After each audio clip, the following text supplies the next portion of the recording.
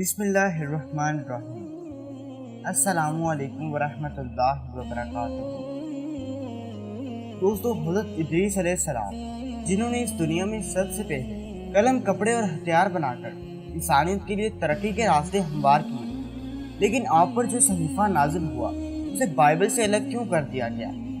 The book of Enoch ایک ایسا صحیفہ جو شاید دنیا کی سب سے پراسرار کتابوں میں سے ایک ہے، کیونکہ اس کتاب میں اس کائنات کی پیدائش، حضرت آدم علیہ السلام کے زمانے کی پراسرار کہانیاں اور ایسے راز لکھے ہیں جو شاید ہماری پڑھی گئی تاریخ سے میل نہیں کھاتے۔ جائنٹس، علم نجوم، پورٹلز اور خلائی مخلوق سے حضرت ادریس علیہ السلام کا جنگ کرنا، یہ تمام چیزیں اس کتاب کو مزید پراسرار بنا دیتی ہیں۔ کیا واقعی حضرت ادریس علیہ السلام نے خلائی مخلوق سے جنگ کر کے انسانیت کو بچایا تھا؟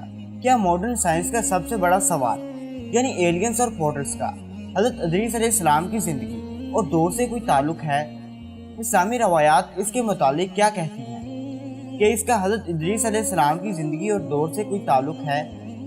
حضرت ادریس علیہ السلام اللہ کے تیسرے پیغمبر تھے اور حضرت آدم علیہ السلام اور حضرت شیس علیہ السلام کے بعد نبوت کے منصب پر فائز ہوئے۔ آپ کی پیدائش قدیم شہر بابل میں ہوئی۔ روایتوں کے مطابق حضرت ادریس علیہ السلام نے دنیا میں لوگوں کو سب سے پہلے لکھنے، پڑھنے اور تعلیم حاصل کرنے کا درس دیا۔ آپ کا زیادہ تر وقت درس و تبلیغ میں گزرتا تھا، چنانچہ لوگ آپ کو ادریس یعنی درس دینے والا کہہ کر پکارنے لگے۔ آپ علیہ السلام حضرت شیس علیہ السلام کی 5ویں نسل سے تعلق رکھتے تھے۔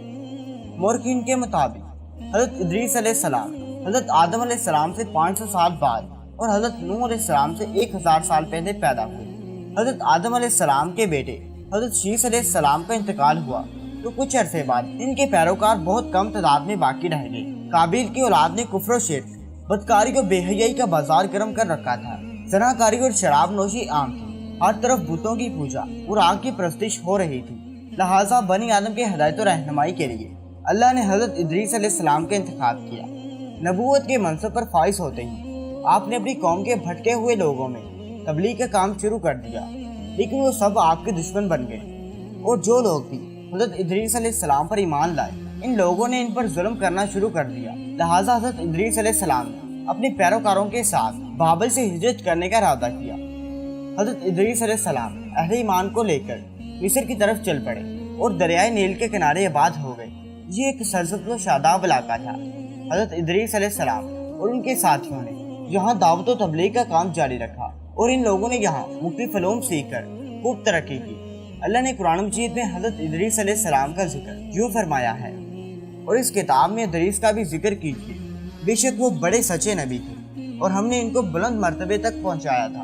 حضرت ادریس علیہ السلام نے ہی سب سے پہلے قلم سے لکھنا اور کپڑا سینا ایجاد کیا۔ ان سے پہلے لوگ عموماً جانوروں کی کھال کو بطور لباس استعمال کیا کرتے تھے۔ حضرت ادریس علیہ السلام پہلے انسان تھے جنہیں علم نجوم اور علم الحساب یعنی ایسٹرولوجی اور میتھمیٹکس کا علم بطور معجزہ عطا کیا گیا تھا۔ کہا جاتا ہے کہ آپ کو 72 زبانوں کا علم تھا اور دنیا کی تمام قدیم بنیادی زبانیں مثلاً عربی، سریانی، لاطینی، یونانی، عبرانی اور مصری زبان کی بنیاد آپ نے ہی رکھی تھی۔ حضرت ادریس علیہ السلام پر 30 صحیفے نازل ہوئے جو اس وقت کے لوگوں کے لیے رہنمائی تھے۔ آپ نے ہی اسلحہ اور ہتھیار بنانے کے فن کو عام کیا۔ مورخین نے لکھا ہے کہ چونکہ بنی قابیل بار بار آپ کے علاقے پر حملہ کیا کرتے تھے، لہٰذا آپ نے اسلحہ بنایا اور ان سے کئی بار خونریز جنگ بھی لڑی۔ حضرت ادریس علیہ السلام نے 365 سال کی عمر پائی۔ علماء، مفسرین اور بہت سے تابعین کا یہ قول ہے کہ حضرت ادریس علیہ السلام کو زندہ آسمان پر اٹھا لیا گیا تھا اور چوتھی آسمان پر آپ علیہ السلام کی روح کو قبض کیا گیا تھا، جہاں نبی کریم صلی اللہ علیہ وآلہ وسلم نے معراج کی رات آپ سے ملاقات کی تھی۔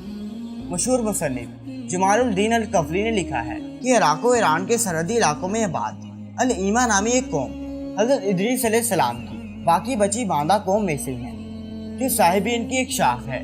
یہ لوگ خود کو ادریسی کہتے ہیں۔ یہ لوگ ستارے کو اپنے دینی رسومات کا ماخذ سمجھتے ہیں اور اپنی عیدیں اور قربانیاں ستاروں کے عروج اور رجوع کے وقت کے مطابق مقرر کرتے ہیں۔ قرآن و حدیث کے علاوہ حضرت ادریس علیہ السلام کی زندگی اور ان کے زمانے کے متعلق معلومات کے 2 مزید ذرائع موجود ہیں۔ پہلا قدیم سمیری تختیاں اور دوسرا تورات کا گمشدہ صحیفہ یعنی دی بک آف اینوک۔ سن 1946 میں بحر مردار کے کنارے ایک غار میں 900 قدیم صحیفے دریافت ہوئے، جو وہی صحیفہ ہے جو ہنوک یعنی حضرت ادریس علیہ السلام پر نازل ہوا تھا۔ ان صحیفوں میں ایک بڑا صحیفہ تورات کے گمشدہ حصوں کا تھا، جسے آج ہم دی بک آف اینوک کہتے ہیں۔ دی بک آف اینوک میں تاریخ انسانی کی ایک مختلف کہانی ملتی ہے، جس میں حضرت نوح علیہ السلام کے زمانے تک کے واقعات لکھے ہوئے ہیں۔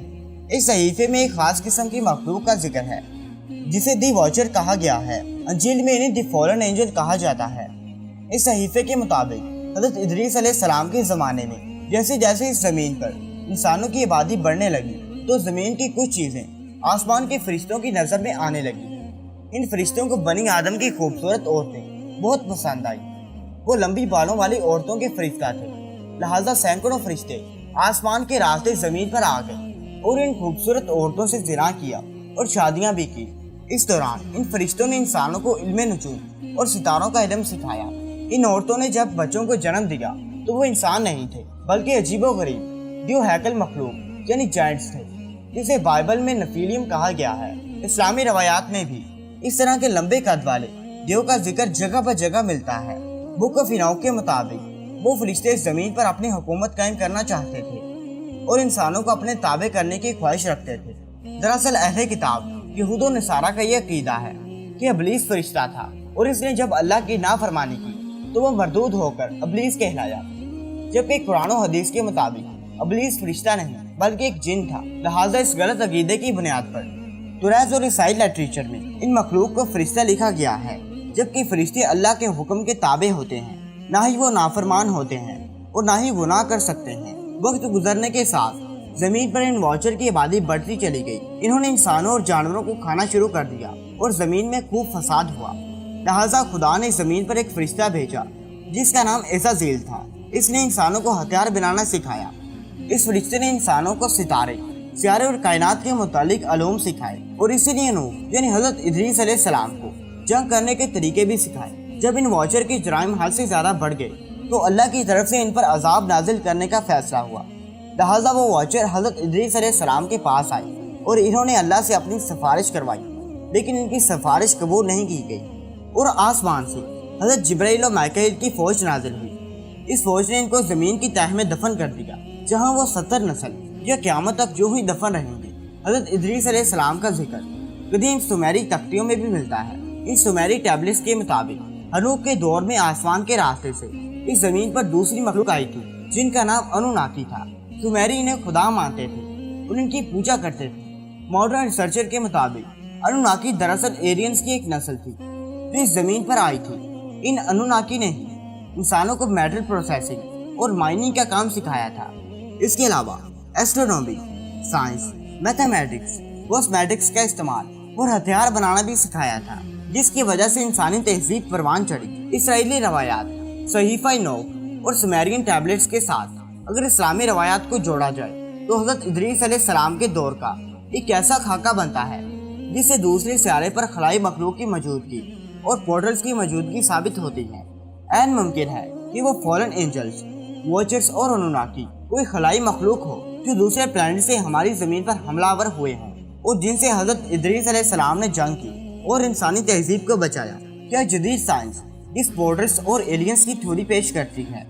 کیا یہ تمام چیزیں حضرت ادریس علیہ السلام کی دور کی ٹیکنالوجی تھی؟ قرآن و حدیث کی جدید سائنسی تعبیر کیا نئے نئے رازوں سے پردہ فاش کرنے والی ہے؟ دوستو، آج کی اس ویڈیو میں تھا بس اتنا ہی۔ ہمیں امید ہے کہ آپ کو آج کا یہ واقعہ اچھا لگا ہوگا۔ اگر آپ کو یہ ویڈیو اچھی لگی ہے تو اسے لائک کر دیں اور کمنٹ باکس میں اپنی رائے سے آغاز ضرور کریں۔ میں آپ سے ملتا ہوں ایسی ہی اسلامی ویڈیو کے ساتھ۔ تب تک خوش رہیں، ہنستے مسکراتے رہیں۔ خدا حافظ۔